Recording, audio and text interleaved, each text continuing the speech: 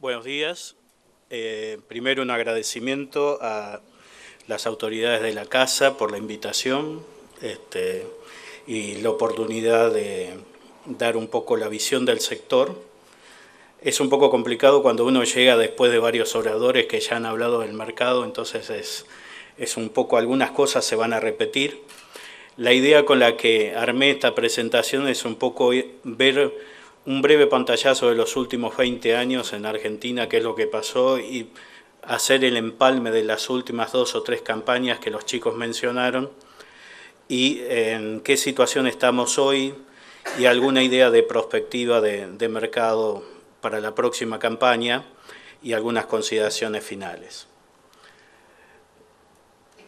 Bueno, lo primero es, tomando una serie histórica larga, bueno, yo hace más o menos 30 años que empecé en este sector, empecé cuando la Junta terminaba, ahí lo veo al ingeniero Rebuna, y tomando 20 años para hacer una mirada larga, uno ve que la expansión de área que el Ministerio de Agroindustria mostró entre enero y febrero de este año cuando ajustó el área, con un 45% de incremento entre la campaña previa y la actual, llevándola a 6.3 millones de hectáreas, es un poco volver a lo que habíamos visto en la primera parte de los últimos 20 años. O sea, Argentina de a poco está volviendo al área normal que ha tenido de entre 6 y 7 millones de hectáreas.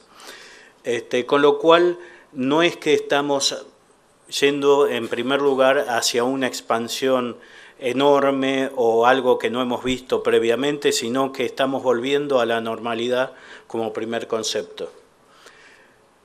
El segundo concepto es que sí, la combinación de un rinde récord, que después vamos a ver, con este incremento de área nos llevó a un nivel de producción récord en los últimos 20 años. El 18,4 que muestra el Minagro está por encima de los récords previos que hemos observado, al menos en los últimos 20 años, de 16 millones de toneladas, si bien Argentina ha tenido volúmenes mayores, pero ciertamente contrastan mucho contra la última porción desde el 2007-2008 en adelante, donde realmente se marcó la intervención del mercado, que un poco han explicado los oradores anteriores, donde el cultivo empezó a ser de a poco discriminado y reducido su participación y reemplazado por otros cultivos, como fue el caso de la cebada cervecera y cebada forrajera que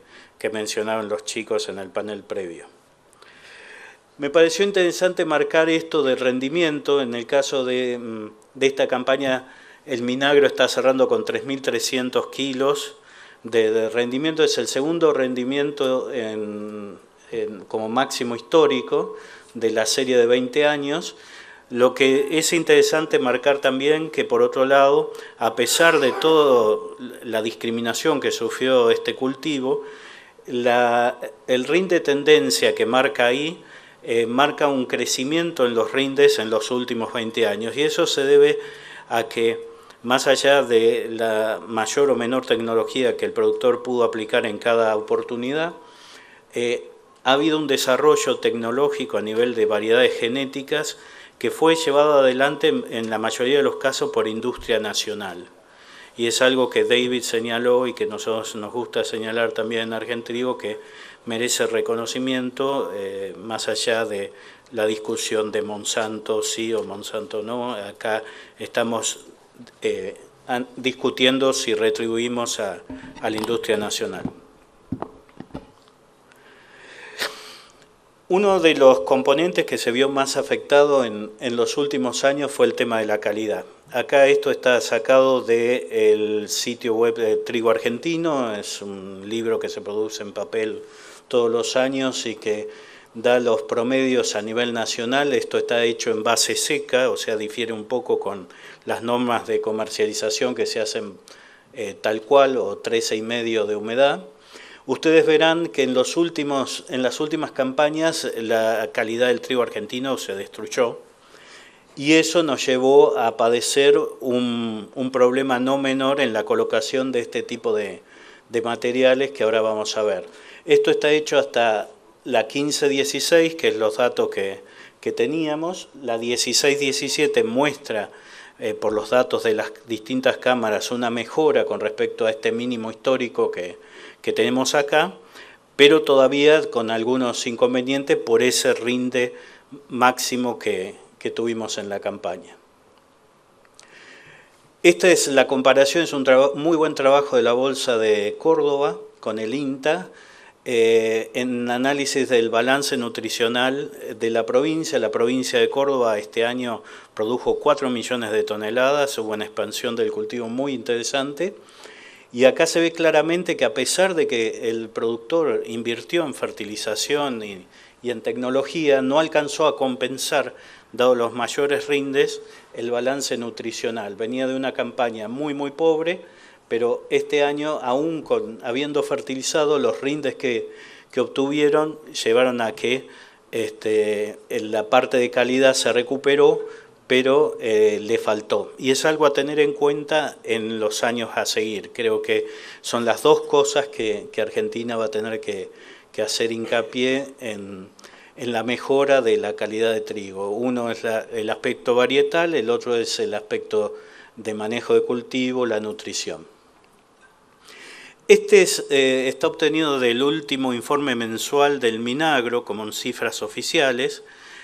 Acá pueden ver claramente cuál es la situación de empalme de las últimas campañas. Argentina tuvo una campaña 14-15 que fue un desastre, con un saldo exportable mínimo de 4,4 millones de toneladas. Prácticamente el productor estuvo muy desincentivado ese año y salimos del mundo.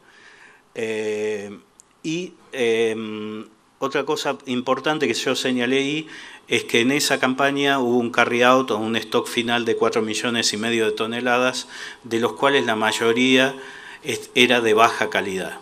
Incluso, si ustedes recuerdan, allá por el final del gobierno hubo un reclamo de la Cámara de Buenos Aires de abrir una cuota de trigo forrajero para hacer desagotar un stock que en aquel entonces se estimaba en 1,5 millones, afluente solamente al arco afluente de Necochea. Bueno, ese 4,5 millones de trigo de baja calidad impactó en la campaña siguiente, donde tuvimos que exportar por casi 9 millones de toneladas.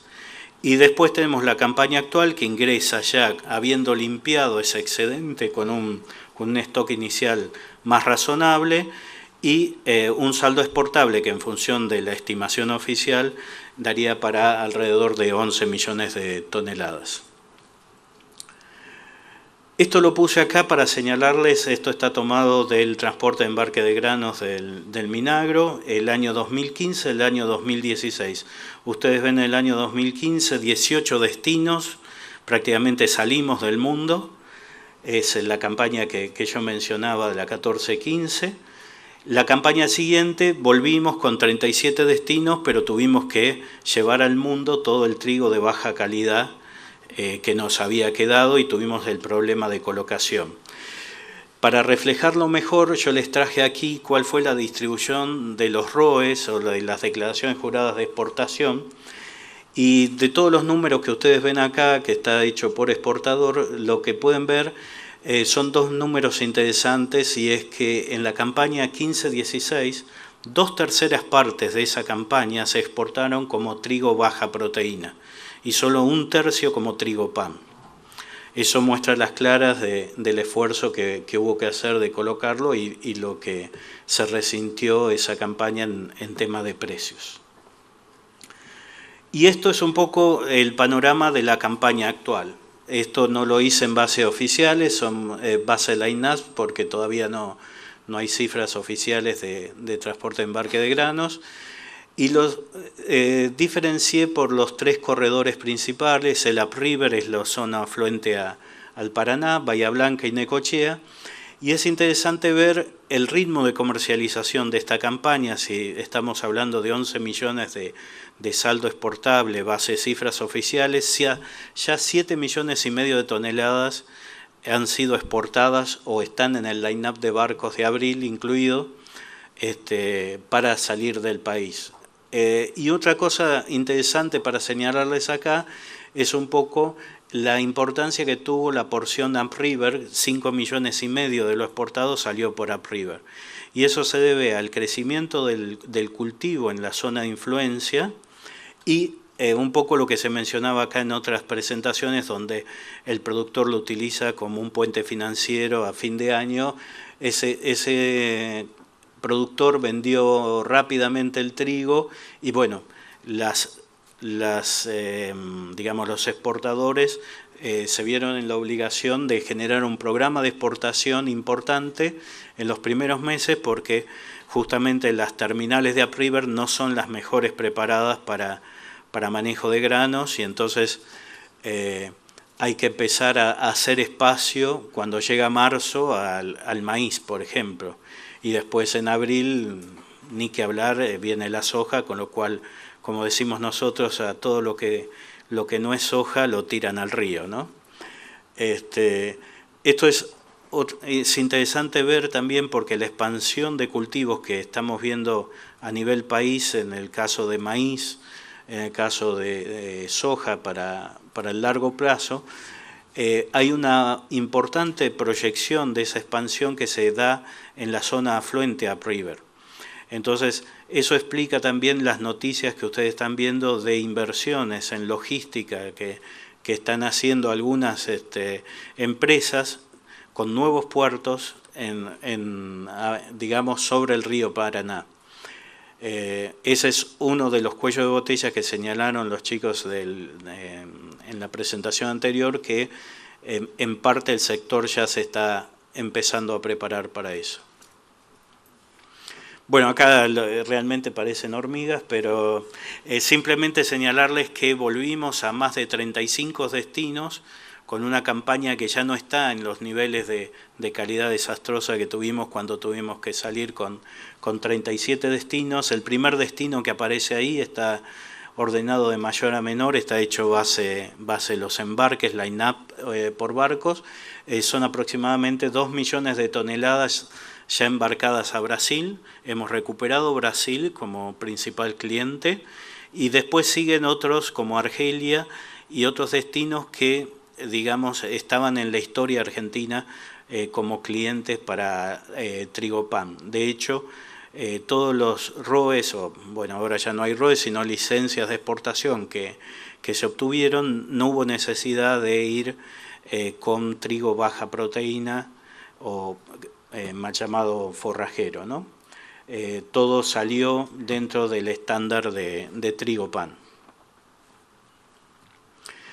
Bueno, tratando de analizar las perspectivas, un poco Agustín marcó cuáles eran el panorama para los próximos años o que enfrentaba el mundo. Me facilitó un poco la mala noticia, pero yo quise traer acá un gráfico que se mostró en el ALIN del 2016, la Asociación Americana de Trigo, y es muy interesante porque ustedes van a ver ahí en esas columnas azules y naranjas los excesos y los déficits del balance de oferta y demanda mundial en las distintas campañas. Y marcado en rojo, ustedes ven las columnas donde año tras año se empieza a ver excesos, y en los cuadritos verdes está la evolución de los precios. Como pueden ver, lamentablemente estamos en un periodo de las últimas 4 campañas donde estamos ingresando en un mercado sobreofertado, y es un poco lo que tenemos que enfrentar. Las perspectivas que tenemos por ahora es que, con el último reporte del USDA, es que seguimos en este tipo de mercado sobreofertado. El hemisferio norte, la evolución de cultivos, Estados Unidos había arrancado con una evolución un poco complicada, después le llovió. Las últimas condiciones de cultivo de esta semana muestran que la condición bueno-excelente está por arriba del 53-54%, y en el caso de Europa, el este europeo está en buena condición. Lo único que podría mencionar es la parte de Francia y España está presentando algún déficit de humedad, que es algo como para seguir, sobre todo lo que hace a Francia, que es el principal productor de trigo de la comunidad, y podría generar algún aliciente. Pero lamentablemente, para lo que tenemos que esperar en la próxima campaña, salvo una condición que se denomina weather market o mercado climático, no habría grandes alicientes a precios a la suba. Esta otra diapositiva la tomé también de la misma presentación de la LIN. Me pareció muy interesante porque es un análisis que hizo la Asociación Americana de Trigo con respecto a las Américas, o sea, Norteamérica y Sudamérica, donde ustedes pueden ver que la producción del continente está entre 100 y 120 millones de toneladas, la columna de la izquierda. El consumo está por debajo de eso, responde a un crecimiento muy moderado de la población de las Américas, y en general lo que mencionaban ahí me pareció interesante es el question mark que yo marqué ahí, que es para el largo plazo nosotros tenemos que pensar no solamente en Latinoamérica como para poner nuestros excedentes, sino que las Américas van a estar obligados a ir a buscar otros destinos por fuera del continente. El otro punto que puse ahí, que es el área a sembrar en trigo de Estados Unidos, me pareció muy interesante. Un poco lo mencionó Agustín, que el área sembrada para el 17-18 de Estados Unidos es la más baja desde 1919. Por lo menos tenemos una a favor, o sea, el trigo está empezando en el mundo, el área está empezando a ajustar, Estados Unidos también, y estamos teniendo noticias de menor intención de siembra en Brasil y en Uruguay. Con lo cual, dentro de todo un escenario de sobreoferta, a pesar de que Argentina está para crecer en área moderadamente, podríamos llegar a poder colocar los excedentes. Un minuto nada más para hablar del caso de México, porque estaba en los diarios y un poco se habló hoy. Esto salió en el informe de la semana anterior, creo que el 11 de abril, sobre el reporte mensual del USDA. Había un apartado sobre trigo mexicano donde los americanos decían que iban a recuperar este mercado. Fíjense, es interesante, en la cosecha 15-16, alrededor de 25% de las importaciones mexicanas provenieron de Europa, Rusia y Ucrania. Estamos hablando de un mercado de alrededor de 5 millones de toneladas de importación, y los americanos en ese remaining forecast es donde ellos apuntaban a que iban a tratar de recuperar un poco de market share. Ese 25% que se marca ahí de otros orígenes es un poco el punto donde Argentina podría llegar a entrar y competir con la ventaja que tiene un trigo americano, un canadiense, en el mercado mexicano. ¿En qué estado están las negociaciones? Bueno, como ustedes saben, en el caso de maíz nosotros exportamos algún volumen a México, no hay problema. En el caso del trigo estaba en discusión el protocolo sanitario, el SENASA ya giró los comentarios con respecto al mismo y está del lado mexicano para su aprobación. En la medida que ese protocolo sanitario esté aprobado, bueno, es otra alternativa más que podría tener el trigo argentino dentro de la región. Bueno, y finalmente, para cerrar y resumir, algunas conclusiones y comentarios finales. Me pareció importante señalar que tenemos que analizar en profundidad las estimaciones. Los chicos hoy hicieron un debate muy interesante de lo que hace la bolsa de cereales como estimaciones. El Minagro también tiene su sistema de informaciones que tiene la ventaja de presencia en todo el país.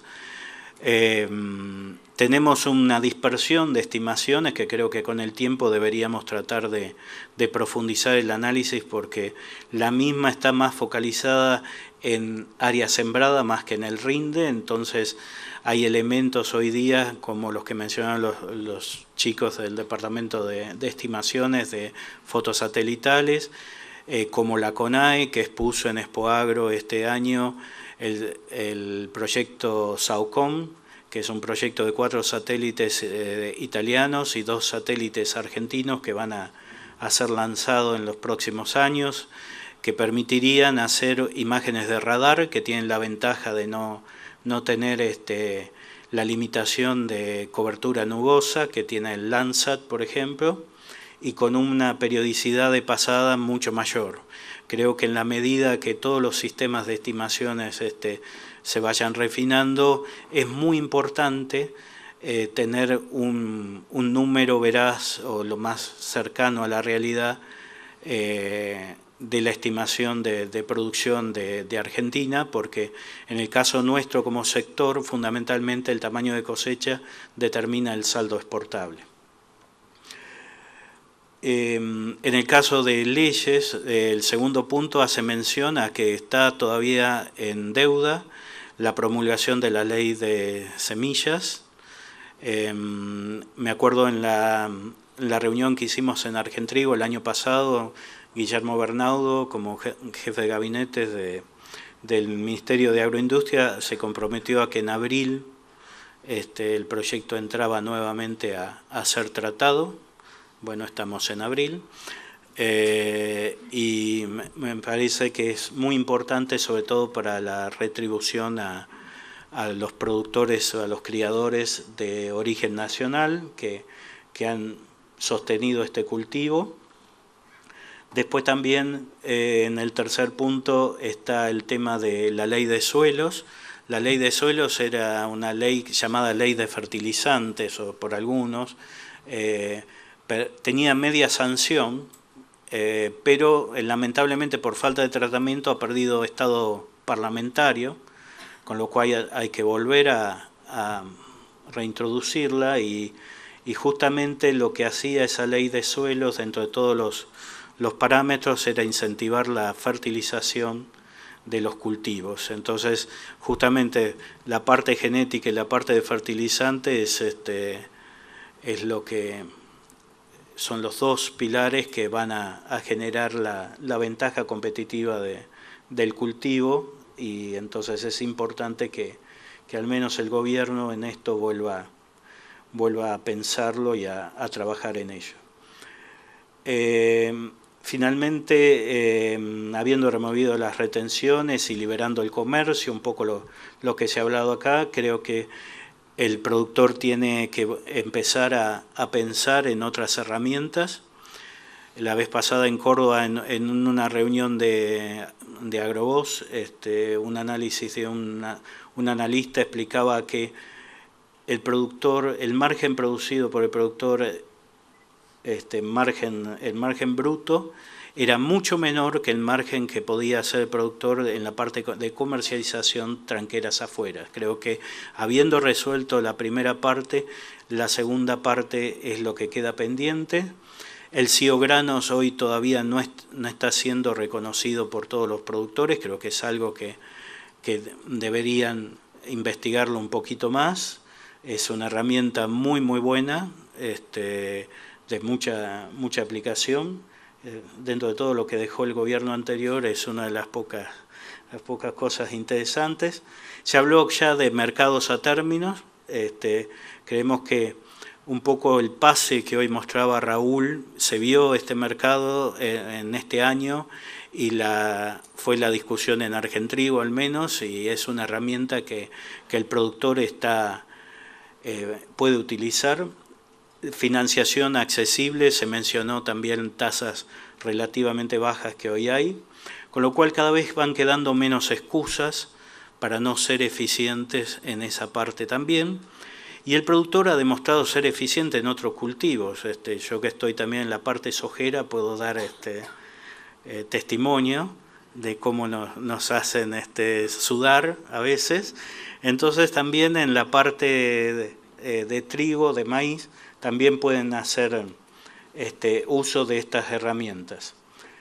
Y una cosa que mencionó David es el tema del precio, el precio como indicador de la expansión final de cultivo. Estamos viendo en la serie histórica de que no estamos en un boom, sino volviendo a la normalidad, y en definitiva lo que tenemos que aspirar es que sea el precio el que determine en cada región, en cada condición de cada productor, si hace trigo o hace algún otro cultivo alternativo. Me parece que es la mejor manera de establecer el potencial en crecimiento de área. Y sí es importante que volvamos a cuidar un poco el manejo tecnológico, la fertilización, porque eso es lo que nos va a permitir ser un proveedor confiable y consistente en el tiempo, que es lo que nos reclaman hoy nuestros destinos. Fundamentalmente tenemos que volver a constituir ser el principal proveedor de Brasil, en lo posible, si pudiéramos, al 100% de su necesidad. No va a ser así porque ningún comprador se asocia 100% con un proveedor, sobre todo con la historia nuestra. Es una relación que tenemos que recomponer.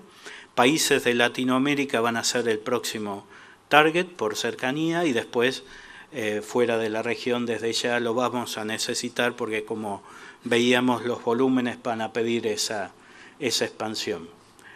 Y otra cosa que se mencionó al pasar y que me parece que va a tener mucha importancia en los años por venir es la inclusión del trigo en la rotación, con algunos servicios adicionales que está prestando y que hoy se están empezando a